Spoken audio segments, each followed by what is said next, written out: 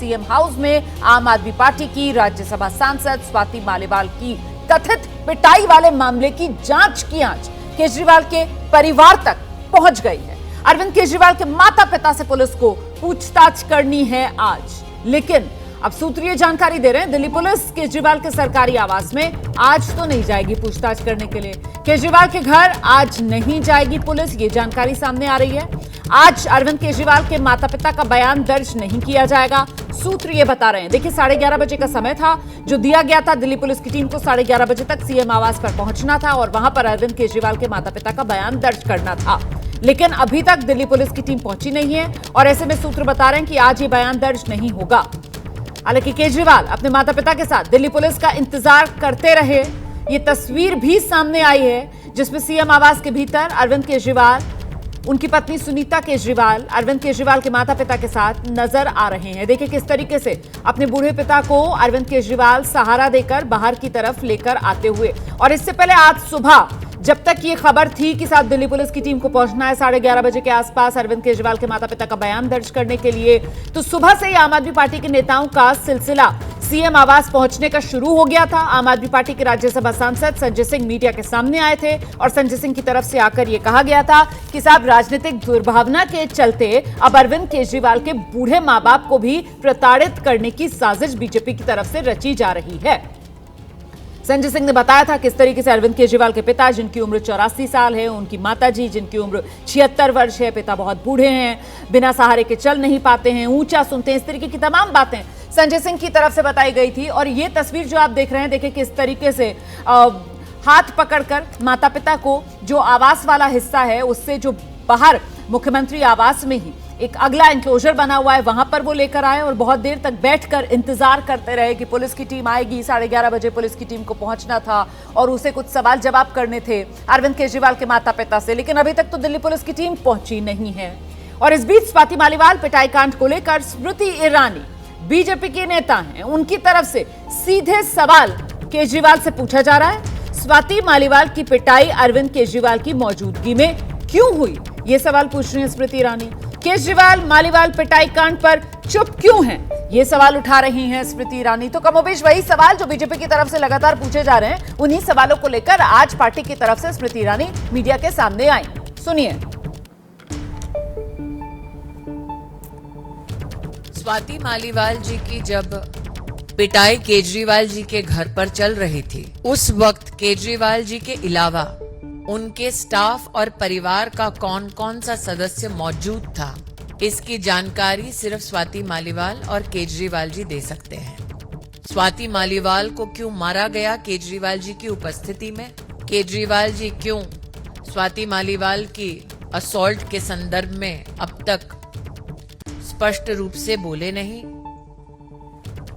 केजरीवाल जी के सानिध्य में क्यों एक राज्यसभा सांसद पर असॉल्ट हुआ, इत्यादि इन प्रश्नों का उत्तर अभी तक जनता को नहीं मिला है। मालीवाल पिटाई मामला केजरीवाल के गले पड़ गया है क्या, ये सवाल बड़ा हो जाता है। अभी सर मुश्किल में है अरविंद केजरीवाल इस मालीवाल पिटाई कांड को लेकर? मुझे तो नहीं लगता अरविंद केजरीवाल ने इस मामले पर जो रवैया अपनाया है उससे नहीं लगता कि उन्हें कहीं भी इस बात को लेकर कोई शक है कि उनको उसमें कोई राजनीतिक दिक्कत आ रही है।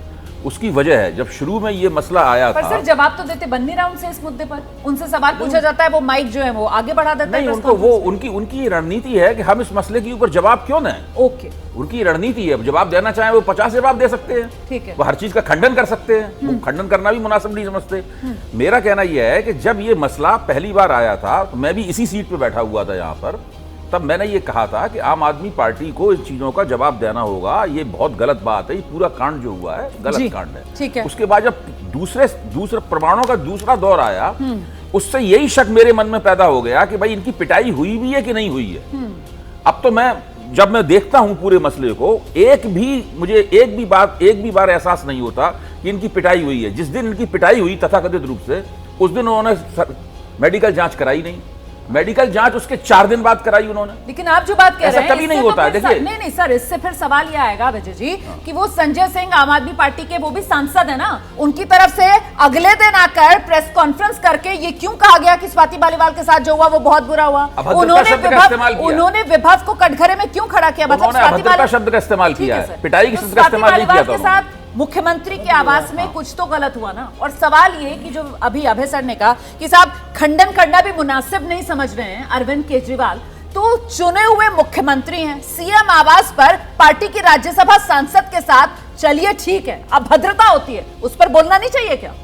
देखिए, किसी भी महिला के साथ कोई अभद्रता हुई हो या मारपीट हुई है, जो भी हुआ वो तो अभी जांच का विषय है कि क्या हो रहा है, लेकिन उसको गंभीरता से देखना चाहिए। और ये बात ठीक है अभय जी की कि ये उन्होंने चुना होगा कि उनको जवाब देना है कि नहीं देना, लेकिन एक मुख्यमंत्री से ये उम्मीद की जाती है कि उनके सहयोगी राज्यसभा एमपी जो हैं उनके साथ यदि कोई आरोप लगाया गया है तो उसका जवाब उन्हें देना चाहिए। और जैसे संजय सिंह और आतिशी के बीच में जो एक अलग तरह की कंट्रोवर्सी हुई, संजय सिंह जी ने अलग बात कही, फिर आतिशी जी ने अलग बात कही, हो सकता है ये पॉलिटिकल मूव हो या कुछ भी हो, लेकिन किसी भी महिला के लिए ये बात मानना कि वो अभद्रता पर हम पॉलिटिकल मूव की तरह से देखें, पॉलिटिक्स की तरह से देखें, उसको भी साफ करना चाहिए। और अरविंद केजरीवाल जी की बहुत क्लोज एसोसिएट्स में से रही हैं, वहाँ पर डीसीडब्ल्यू में भी वो रही, राज्यसभा में भी रही, उनके घर पर ये घटना हुई तो जरूरी था कि वो साफ सफाई इसकी देते। ये उन्होंने चुना, ये तो उनको तय करना कि क्या हो रहा है क्या नहीं हो रहा है। लेकिन ओवरऑल जिस तरह से ये मामला डेवलप हुआ है उसमें मुझे नहीं लगता, यदि इस चुनावों के रेफरेंस में देखें कि स्वाति मालीवाल का दिल्ली के चुनावों में क्या नतीजे होंगे वो पता नहीं, आम आदमी पार्टी को मिलेगी कि नहीं मिलेगी, लेकिन उसका असर इन चुनावों पर नहीं दिखाई दे रहा और आम आदमी पार्टी को उस तरह का कोई नुकसान नहीं हो रहा। इसका मतलब ये नहीं कि आम आदमी पार्टी को सीटें मिलने वाली हैं या नहीं मिलने वाली। लेकिन आप ये कह रहे हैं कि स्वाति मालीवाल पिटाई कांड का उस रूप में दिल्ली की इस चुनावी राजनीति पर फिलहाल आपको नहीं लगता कि कोई खास असर पड़ेगा। लेकिन इस बीच देखिए अरविंद केजरीवाल ने एक पोस्ट किया है और वो सोशल मीडिया पर ये जानकारी दे रहे हैं कि मैं अपने माता पिता और पत्नी के साथ पुलिस का इंतजार कर रहा हूं। कल पुलिस ने फोन करके मेरे माता पिता से पूछताछ के लिए टाइम मांगा था, लेकिन वो आएंगे या नहीं आएंगे इसकी उन्होंने कोई जानकारी अब तक नहीं दी है। ये सोशल मीडिया पर अरविंद केजरीवाल ने पोस्ट किया है, कह रहे हैं कि साहब कल टाइम मांग लिया था, हम इंतजार कर रहे हैं, अब पुलिस आएगी या नहीं आएगी इसकी कोई जानकारी अभी तक हमें तो नहीं दी गई है। और ऐसे में अब वो सवाल जिस पर मुझे लगता है हमें यहां से चर्चा आगे बढ़ानी होगी, वो सवाल हम आपके सामने लेकर आते हैं कि जांच के फंदे में पूरी फैमिली 13 मई का सच बताएगी क्या? ये एक बड़ा सवाल है। लेकिन इस सवाल से पहले विनोद सर, दिल्ली पुलिस की तरफ से कहा जाता है हम पूछताछ के लिए आएंगे, उसके बाद अभी तक दिल्ली पुलिस की टीम पूछताछ के लिए पहुंचती नहीं है और वहां दूसरी तरफ अरविंद केजरीवाल जो है वो बाकायदा सोशल मीडिया पर इसी को लेकर सवाल पूछ रहे हैं कि साहब आना है नहीं आना है, बूढ़े माँ बाप के साथ मैं इंतजार कर रहा हूँ। मामला तो गर्माता हुआ नजर आ रहा है सियासी तौर पर। देखिए, ये मामला जिस दिन से शुरू हुआ उस दिन से ही सियासी तौर पर गर्मा गया है। ये महिला सम्मान का मामला था, लेकिन अब पूरी तरह से राजनीतिक लड़ाई का मामला बन गया है। भारतीय जनता पार्टी रोज एक प्रेस कॉन्फ्रेंस कर रही है और अरविंद केजरीवाल और आम आदमी पार्टी को कटघरे में खड़ा कर रही है। सुधांशु त्रिवेदी कर चुके हैं, अभी स्मृति ईरानी की आप दिखा रही थी, और भी तमाम लोग कर रहे हैं। अरविंद केजरीवाल ने भी दांव सही चला है। उन्होंने तस्वीर अपने माता पिता बुजुर्ग उनको हाथ में पकड़े हुए और ये ट्वीट किया है, यानी वो भी मैसेज अपने मतदाताओं को दे रहे हैं, देखो मैं कितना विक्टिम हूँ कि मेरे बूढ़े माता पिता, स्वाति मालीवाल एक तरफ और उनके बूढ़े माता पिता एक तरफ, तो दोनों आमने सामने हो गए। मतलब उन्होंने स्वाति मालीवाल के सामने लाकर अपने बूढ़े माता पिता को खड़ा कर दिया। यही पूरी रणनीति स्वाति मालीवाल सामने नहीं ला खड़ा किया, भारतीय जनता पार्टी के सामने ला खड़ा कर दिया। क्योंकि भाजपा रोज उस पर जो है प्रेस कॉन्फ्रेंस कर रही है, तो उसके जवाब में उन्होंने ये किया है। और ये चुनावी दांव दोनों तरफ से हैं, दिल्ली के इलेक्शन को प्रभावित करने के लिए, और दिल्ली की वोटिंग हो जाने दीजिए। देखिए बीजेपी भी जो है शांत हो जाएगी अरविंद केजरीवाल, और पुलिस को अगर जांच करनी है तो पुलिस जांच करे, उसको किसने रोका हुआ है? और अरविंद केजरीवाल ने एक शब्द कहा है, उन्होंने कहा इस मामले की निष्पक्ष जांच होनी चाहिए। ये उनका बयान आया, मैंने मीडिया में देखा पढ़ा है। तो ये हम लोग कह रहे हैं कुछ नहीं कहा, ये तो बोला है उन्होंने। बाकी ये तो हर बड़े नेता का रवैया रहता है कि जब उनके ऊपर कोई आंच आती है तो चुप रह जाते हैं। जैसे पहलवाने वाले मामले में बीजेपी नेता चुप थे सारे, निष्पक्ष जांच होनी चाहिए, यही जांच की बात संजय सिंह ने भी की थी। लेकिन ये मामला तूल कब पकड़ता है? ये मामला तूल तब पकड़ता है प्रोफेसर चंद्रचूड़, जब निष्पक्ष जांच की बात कथनी में तो सुनाई पड़ती है, लेकिन करनी में आम आदमी पार्टी में क्या नजर आता है कि वही आरोपी जिस पर स्वाति मालीवाल ने आरोप लगाए, वो विभव जो है वो अरविंद केजरीवाल और उन्हीं संजय सिंह के साथ घूमते हुए नजर आते हैं। लखनऊ में ही नजर आए थे ना जब गए थे अरविंद केजरीवाल इंडिया गठबंधन के प्रेस कॉन्फ्रेंस करने के लिए। रुमाना जी देखिए, मुझे तो ये लगता है कि राजनीति में नैतिकता के अलावा या नैतिकता से कहीं ज़्यादा ऑप्टिक्स की भूमिका होती है। अगर इसका कोई उदाहरण है तो वो आम आदमी पार्टी और अरविंद केजरीवाल है। जिस तरीके से आप ये समझिए, ये कोई आम असाधारण घटना, साधारण घटना नहीं है। ये राज्यसभा की सांसद, महिला सांसद, मुख्यमंत्री का आवास, और वहां पर अगर इस प्रकार की कोई घटना हुई थी तो सबसे पहले जाहिर तौर पर ये इंपॉर्टेंट था कि अरविंद केजरीवाल उसी दिन सामने आते, उसी दिन इस घटना पर वो अपना प्रकाश डालते और अपने विचार रखते, और उसी दिन से लेकर आगे आने वाले दिनों तक वो अपनी बात कहते, क्योंकि अरविंद केजरीवाल के बारे में ये माना जाता है कि वो छोटे से छोटे चीज पर अपना विचार व्यक्त करते हैं। तो ऐसी स्थिति में अगर वो उन्होंने ऐसा नहीं किया तो ये बिल्कुल, और अब जब जैसे वो फोटो दिखा रहे हैं और वीडियो चला रहे हैं और जिस प्रकार से नई नई प्रकार की ट्वीट्स आ रही हैं, तो मुझे ये लगता है कि राजनीति ऑप्टिक्स का खेल है, और उस ऑप्टिक्स में केजरीवाल भी उतने ही विशारद हैं जितने अन्य जिसके बारे में वो आलोचना किया करते थे, या जिन दलों की वो आलोचना करते थे, जिन राजनीतिज्ञों की वो आलोचना करते थे। केजरीवाल भी उसके अपवाद मुझे नहीं समझ में आ रहा है कि किसी प्रकार से कहे मतलब वो 2012 में जो अलग तरह की राजनीति करेंगे, जी हम तो राजनीति में अपनी एक अलग लकीर खींचेंगे, इस आवाज को बुलंद करते हुए सियासत में एंट्री की थी ना, वैसा कोई फर्क यहाँ पर बाकी दलों के मुकाबले आम आदमी पार्टी की राजनीति में भी नजर नहीं आ रहा। उत्तर प्रदेश में ओबीसी कोटे से मुसलमानों को दिए जा रहे आरक्षण की समीक्षा करेगी योगी सरकार। ये बहुत बड़ी खबर है। इस वक्त ये पता किया जाएगा कि मुसलमानों को आखिरकार किस नियम व्यवस्था के तहत ओबीसी कोटे में आरक्षण दिया जा रहा है। 2 दर्जन से ज्यादा मुस्लिम जातियों को उत्तर प्रदेश में ओबीसी कोटे में आरक्षण मिलता है। सूत्रों के मुताबिक समाजवादी पार्टी सरकार में इसके लिए नियम बनाए गए थे और अब इसी की समीक्षा की तैयारी में योगी सरकार। हम सीधे आपको लेकर चलेंगे, हमारे साथ हमारे सहयोगी संजय त्रिपाठी इस वक्त मौजूद है। जरा जानते हैं संजय त्रिपाठी से, जिस तरीके से कलकत्ता हाईकोर्ट वाला फैसला आया है, उसी के बाद योगी सरकार इस दिशा में कदम आगे बढ़ाने का फैसला ले रही है। संजय, रोमाना, अगर पूरा लोकसभा का चुनाव देखें तो उसकी धुरी में कहीं ना कहीं आरक्षण का जिक्र होता है। विपक्ष आरोप लगाता है कि अगर भारतीय जनता पार्टी सत्ता में आती है तो आरक्षण को खत्म कर देगी, संविधान को बदल देगी। भारतीय जनता पार्टी ये आरोप लगाती है कि विपक्ष अगर सत्ता में आता है तो वो मुसलमानों को आरक्षण दे देगा। तो कहीं ना कहीं आरक्षण चारों तरफ घूम रहा है चुनाव के। और इसी बीच ये खबर आ रही है कि उत्तर प्रदेश में जब मालूम किया गया तो पता चला कि यहाँ जो ओबीसी का कोटा में 27% का आरक्षण लागू होता है, उसमें मुस्लिमों की लगभग 2 दर्जन से ज़्यादा जातियों को उस कोटे में रिजर्वेशन दिया जाता था। ये रिजर्वेशन क्यों दिया जाता था, कैसे दिया जाता था, इसकी पड़ताल की जा रही है। लेकिन सोर्सेज ये बता रहे हैं कि समाजवादी पार्टी के दौरान ये व्यवस्था की गई थी कि उस ओबीसी कोटे में जो 27% रिजर्वेशन मिलता था, उसमें मुस्लिमों की जातियों को भी रिजर्वेशन दे दिया गया। सरकार के लोगों का, भारतीय जनता पार्टी के लोगों का ये दावा है कि ये नियम विरुद्ध कार्रवाई अब तक चल रही थी, लेकिन अब इसके बारे में गहराई से पड़ताल की जाएगी, इसके पूरी खोजबीन की जाएगी कि आखिरकार ये नियम कैसे बना, इसको कैसे लागू किया जा रहा है, और उसके बाद जो आवश्यक कदम होंगे वो सरकार के स्तर से उठाए जाएंगे।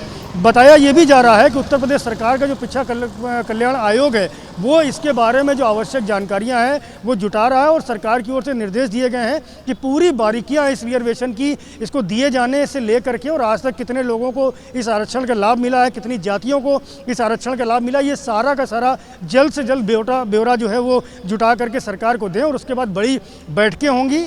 खबर आ रही है कि मुख्यमंत्री योगी आदित्यनाथ भी इस बैठक में हिस्सा ले सकते हैं। हालांकि भी पुष्टि नहीं है, लेकिन इन बैठकों को करने के बाद में आगे की कवायद, आगे की जो तस्वीर है वो साफ होगी। एक तरफ इस चुनाव के अंदर हम राहुल गांधी को सुन रहे हैं जो कह रहे हैं कि साहब 50% जो रिजर्वेशन पर कैप लगी हुई है हम उसको हटाने का काम करेंगे, और अब ये बड़ी खबर आ रही है और तब आ रही है, मुझे लगता है इसको जरा इस परिप्रेक्ष्य में देखना चाहिए कि पश्चिम बंगाल के अंदर जो कोलकाता हाईकोर्ट है उसने जो फैसला लिया, उसके बाद योगी सरकार का ये फैसला कि ओबीसी के तहत जो मुसलमानों को आरक्षण मिल रहा है उसकी समीक्षा की जाए। देखिए, जहां तक मेरी जानकारी है, राष्ट्रीय पिछड़ा वर्ग आयोग ये तय करता है कि केंद्रीय सूची क्या होगी, कौन कौन पिछड़ा है, कौन वर्ग में आता है, ओबीसी में आता है, उसकी सूची बनाता है। उस सूची में परिवर्तन होते रहते हैं। एक राज्यों के स्तर पर भी पिछड़ा वर्ग आयोग हैं, वो अपनी अलग सूची बनाते हैं। आमतौर पर क्या होता है कि कई जातियां जो कि केंद्रीय सूची में होती हैं वो राज्यों की सूची में नहीं होती हैं, राज्यों की सूची में होती हैं। जैसे मान लो दिल्ली की ओबीसी लिस्ट क्या है, दिल्ली की ओबीसी लिस्ट और केंद्र की ओबीसी लिस्ट और बिहार की ओबीसी लिस्ट में बहुत फर्क है। पहले दिन से ही, जब से ओबीसी के लिए आरक्षण लागू हुआ है, मुसलमानों की 40 से लेकर 45 जातियों को आरक्षण मिलता रहा है, बिल्कुल शुरुआत से ही, और हर प्रांत में मिलता है। ये सब मुसलमानों को मुसलमान होने के नाते आरक्षण नहीं मिलता, मुसलमानों को सामाजिक और शैक्षिक रूप से पिछड़े होने की वजह से आरक्षण मिलता है। ये एक संवैधानिक स्थिति है। किसी भी राज्य में अगर किसी जाति को आरक्षण मिल रहा है, चाहे वो मुसलमान की हो चाहे हिंदू को, उसको कोई चुनौती देता है तो उसका एक तरीका है। उसका तरीका यह है कि वहां का जो पिछड़ा वर्ग आयोग है उससे कहा जाता है कि इसकी फिर से आप जांच करें भाई कि ये आरक्षण पाने योग्य है ना है। अब इसको चूंकि राजनीति हो रही है, चुनाव हो रहा है, तो दूसरे तरीके से बातें उठाई जाती हैं, लेकिन ये एक स्थापित प्रक्रिया है जो कि लंबे अरसे से चल रही है। ठीक सर, लेकिन इस चुनाव में हम बार बार एक बात बहुत जोर शोर से जो बीजेपी की तरफ से उठाई जा रही है कि साहब धर्म के आधार पर आरक्षण ये स्वीकार किया ही नहीं जाएगा। अब जिस बात का जिक्र अभय सर कर रहे हैं कि साहब मुसलमानों को ओबीसी के तहत इसलिए आरक्षण नहीं मिल रहा कि वो मुसलमान है। एक छोटी सी बात और कहूंगा अगर आप इजाजत दें, सर। भारतीय जनता पार्टी धर्म के आधार पर आरक्षण का सवाल बहुत उठाती है। हाँ जी। संविधान में ये कहीं नहीं लिखा हुआ है कि आर्थिक आधार पर आरक्षण दिया जाना चाहिए, हाँ।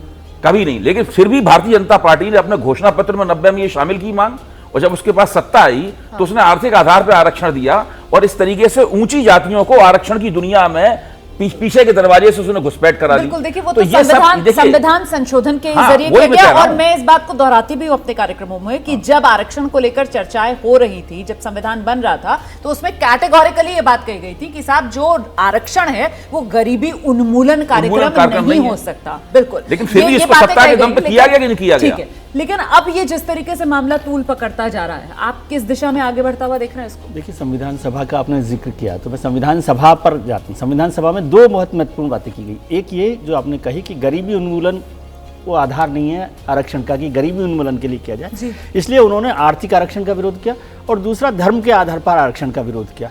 लेकिन जो अभय जी कह रहे हैं वो बात बिल्कुल ठीक है कि मुसलमानों की जो 40-45 जातियाँ हैं उनको सामाजिक और शैक्षिक आधार पर आरक्षण दिया गया। लेकिन एक बात मैं जोड़ दूं इसमें कि राज्यों के पास ये अधिकार है कि जो जातियां हैं ओबीसी के आरक्षण में किन किन जातियों को ओबीसी में शामिल किया जाए, ये अधिकार राज्य सरकारों के पास है, राज्यों के पास है। ओबीसी हो, पिछड़े वर्ग के लोग हों या आदिवासी हो, उनके हक पर हमेशा डाका डालने का काम किया। कांग्रेस शासित राज्यों ने आंध्र प्रदेश और कर्नाटक में भी ओबीसी के हकों पर डाका डालकर अल्पसंख्यकों को आरक्षण देने का पाप किया, अपराध किया। यह कांग्रेस की सरकार थी जिसने अलीगढ़ मुस्लिम यूनिवर्सिटी और जामिया मिलिया इस्लामिया जैसे शिक्षण संस्थानों में भी ओबीसी, दलित और आदिवासियों के आरक्षण को खत्म करने का पाप किया है। बाबा साहब ने तो कांग्रेस का, भारत रत्न डॉक्टर बाबा साहब अंबेडकर जी की मैं बात कर रहा हूं, उन्होंने कांग्रेस का कदम कदम पर विरोध किया था।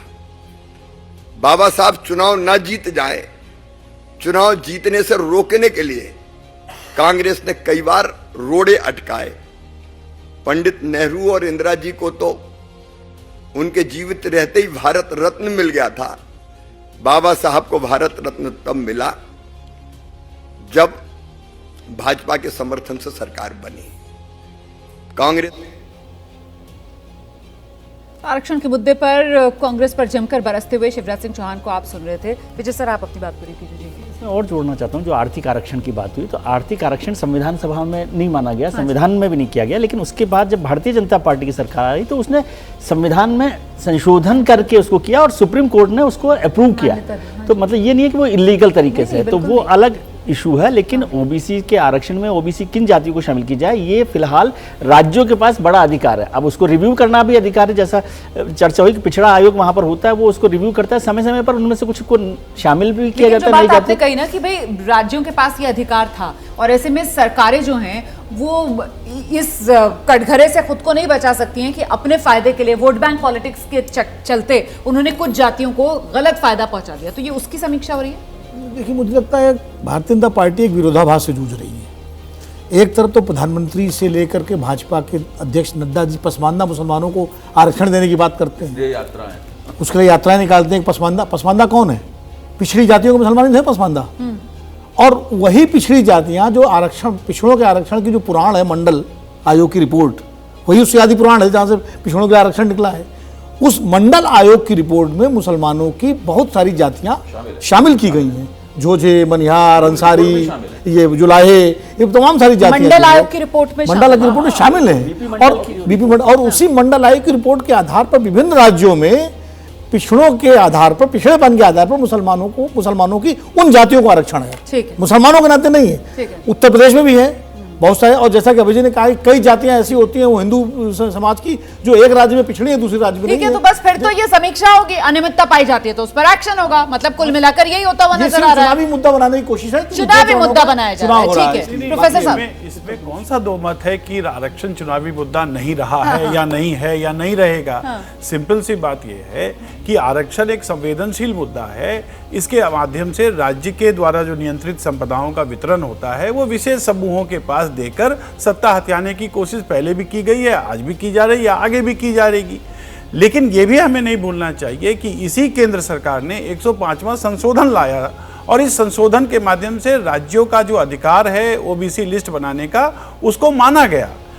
पिछले साल, मुझे जहाँ तक याद आ रहा है, पिछले साल जो केंद्रीय आयोग है उसने बंगाल की सरकार को ये एक सूचना भेजी थी कि आपके पास 180 जो समुदाय हैं उसमें से 103 ऐसा क्यों है कि मुसलमान का जो वर्ग है उसी में से 103 जातियों को दिया गया है, जबकि हिंदुओं की संख्या बंगाल में मुसलमानों से ज़्यादा है। तो ये पिछले साल से ये चल रहा है और ये एक कभी भी कोई भी समीक्षा की जाती है। लेकिन जहाँ तक आरक्षण का सवाल है, आरक्षण हमेशा से राजनीतिक लाभ के लिए हर एक प्रकार के वर्ग ने किया है, हर एक प्रकार के दलों ने किया है। कांग्रेस ने भी किया है, उससे पहले वीपी सिंह की सरकार थी उसने भी किया है। आरक्षण दिया जाना चाहिए एम्पावरमेंट के लिए, पर वो एम्पावरमेंट जल्दी से एम्पावरमेंट कहीं ना कहीं कई पिछड़ी जातियां जो है, गुजरात में भी पिछड़े जाति की सूची में आरक्षण में शामिल है, वहां भी उनको आरक्षण मिलता है। तो ये कोई अनोखी बात नहीं है। हम तो वही कह रहे हैं कि ये समीक्षा की जाएगी और फिर देखा जाएगा समीक्षा में क्या निकल कर